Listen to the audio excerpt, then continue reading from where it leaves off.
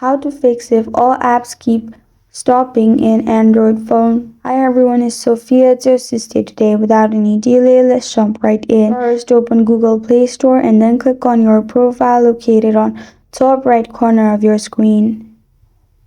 Then simply click on Manage Apps and Device. Click on No Harmful Apps and simply scan for any unwanted apps. If there is harmful apps, simply delete it.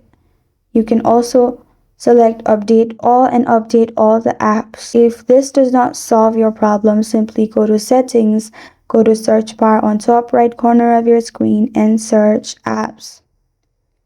Press on Apps and Notifications, and then you'll find this kind of screen pop up. Simply select the app that keeps crashing. After you have selected the app that keeps crashing, force stop the app, then go to Storage and Cache. Clear cache and clear storage.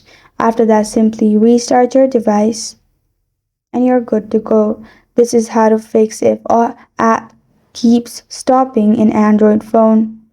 Thank you for joining me today. If this video helps you out, please leave a like and subscribe for more. Got a question or want to suggest a topic, comment below. I'm Sophia signing off until next time.